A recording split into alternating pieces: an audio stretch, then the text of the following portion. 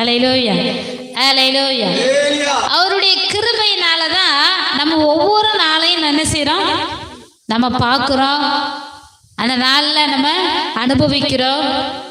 அப்போ பாருங்க, ஒவ்வொரு நாளும் நம்ம என்ன செய்யணுமா, காலையில் எழுந்தவுடன் கர்த்தருக்கு நேரத்தை ஒதுக்க வேண்டுமா, கர்த்தரோடு என்ன செய்யணுமா, பேச வேண்டும். அல்லேலூயா, அல்லேலூயா, அல்லேலூயா, அல்லேலூயா. அப்போ காலையில் எந்திரிச்ச உடனே யார் கூட பேசணும், கர்த்தரோட, ஏசப்பாவோட என்ன செய்யணும், பேசணும். இன்னைக்கு அநேகர் என்ன பண்றாங்க, செல்ல பக்கத்துலேயே வச்சிருப்பாங்க. காலையில் எந்திரிச்ச உடனே செல்ல தான் பார்ப்பாங்க. காலையில் எந்திரிச்ச உடனே செல்ல தான் பார்த்துட்டு யார் யார் என்ன அனுப்பியிருக்காங்க, எதை அனுப்பியிருக்காங்க உடனே ரிப்ளை பண்ணிட்டு இருப்பாங்க. ஆனால் அப்படி அல்ல, ஒவ்வொரு நாளையும் நம்ம பார்க்குறோம் என்று சொன்னால் அதற்கு காரணமே கர்த்தர் தான். ஒரு நாள் படுத்துட்டு மறுநாள் எந்திப்பதே ஆண்டவருடைய கிருபை தான். நைட்டு தூங்கிட்டு காலையில எந்திக்கிறதே யாருடைய கிருபை தான், ஆண்டவருடைய கிருபை தான். அப்போ முதல் நாள் எந்திரிச்ச உடனே கர்த்தரோட முதல்ல என்ன செய்யணுமா, பேச ஆரம்பிக்க வேண்டும். அல்லேலூயா, அல்லேலூயா. கர்த்தரோட முதல்ல பேசிட்டு அதுக்கப்புறம் என்ன பண்ணுங்க, நீங்க மற்ற நபரோட, குடும்பத்தாரோட பேசலாம். அடுத்து நீங்க என்ன பண்ணலாம், போன்ல யாருக்குனாலும் நீங்க பேசுங்க. ஆனா முதல்ல எந்திரிச்ச உடனே கர்த்தருக்கு முதலிடம். அல்லேலூயா.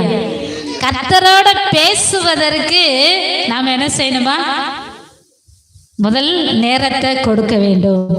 அல்லேலூயா, அல்லேலூயா. நீங்க முதல் நேரத்தை எந்திரிச்ச உடனே கர்த்தரோட பேசி பாருங்க, கர்த்தருக்கு நன்றி சொல்லி பாருங்க, துதிச்சு பாருங்க, ஜெபிச்சு பாருங்க. அந்த நாள் முழுவதும் உங்களுக்கு சமாதானமா இருக்கும். அந்த நாள் முழுவதும் உங்களுக்கு ரொம்ப பீஸ்ஃபுல்லா, ரொம்ப சந்தோஷமா என்ன செய்யுமா இருக்கும். ஆனா காலையில் எந்திரிச்ச உடனே நான் அந்த வேலையை பார்க்கணும், இந்த வேலையை பார்க்கணும், அதை செய்யணும், இதை செய்யணும்னு சொல்லிட்டு நம்ம மற்ற காரியத்தை வேகமா செஞ்சிட்டு இருந்தோம்னு சொன்னீங்கன்னா அந்த நாள் வருத்தமும் சஞ்சலமுமாகவே இருக்கும். அல்லேலூயா, அல்லேலூயா, அல்லேலூயா. அப்ப இந்த நாளிலும் கூட கர்த்தர் நம்மோடு பேசுற காரியம் என்ன, காலையில் எழுந்தவுடன் எந்திரிச்ச உடனே கர்த்தருக்கு நேரத்தை ஒதுக்க வேண்டும். அல்லேலூயா. இயேசு நமக்கு ஒரு முன்மாதிரியை வைத்து போனார். அவர் இந்த உலகத்துல பூமியில மனுஷனாய் பிறந்திருக்கு, மனுஷனாய் இருக்கும் பொழுது இயேசு என்ன பண்ணுவாரா, பிதாவை தேடுகிற வழக்கம் அவருக்கு இருந்தது. அவர் 100% கடவுளா இருந்தாரு, 100% மனுஷனா இருந்தாரு. அவர் இயேசு கடவுளை தேடணும்னு அவசியமே கிடையாது, ஏன்னா அவரே கடவுள் தான். ஆனா அவர் என்ன பண்றாரா, ஒவ்வொரு நாளும் இருட்டோடு எழுந்து என்ன பண்ணுவாரா, பிதா கூட பேசுகிற பழக்கம், உரையாடுகிற பழக்கம், ஜெபிக்கிற பழக்கம் இயேசுவுக்கு இருந்தது. அல்லேலூயா, அல்லேலூயா. இயேசு நமக்கு ஒரு முன்மாதிரியை வைத்து போயிருக்கிறார். இயேசுவே பிதாவை தேடக்கூடிய அந்த அனுபவம் இயேசுவுக்கே இருந்துச்சு. அப்ப நமக்கும் கண்டிப்பா அந்த அனுபவம் இருக்கணும். அவர் பிதாவுக்கு முதலிடம் கொடுத்ததுனாலதான் இந்த பூமியில் இருக்கும்போது இயேசுவை கொண்டு பிதாவானவர் நிறைய வல்லமையான காரியங்களை, கிரியைகளை செய்தார். அல்லேலூயா, அல்லேலூயா.